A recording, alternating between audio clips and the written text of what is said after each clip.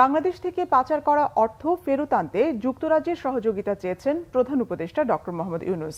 বিকেলে রাষ্ট্রীয় অতিথি ভবন যমুনায় জাপান ও যুক্তরাজ্যের রাষ্ট্রদূত ও হাই কমিশনারের সঙ্গে সৌজন্য সাক্ষাতের পর ব্রিফিংয়ে এসব তথ্য জানান প্রধান উপদেষ্টার প্রেস সচিব শফিকুল আলম। তিনি জানান, সাক্ষাতে বাংলাদেশ থেকে পাচার হওয়া অর্থ ফেরত আনতে যুক্তরাজ্যের সহযোগিতা চেয়েছেন প্রধান উপদেষ্টা।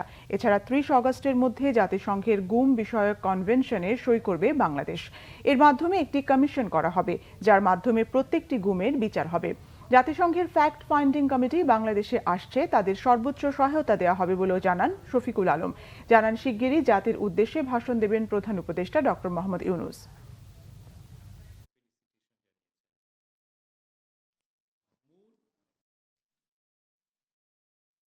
প্রফেসর ইউনূস ব্রিটেনের অ্যাম্বাসাডার হাই কমিশনের কাছে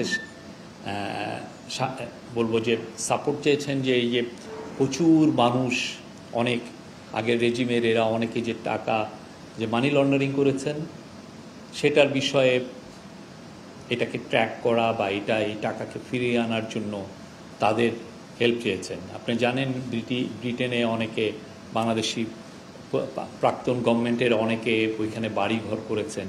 তো টাকাটা কিভাবে গেল, এটা একটা বড় কোশ্চেন।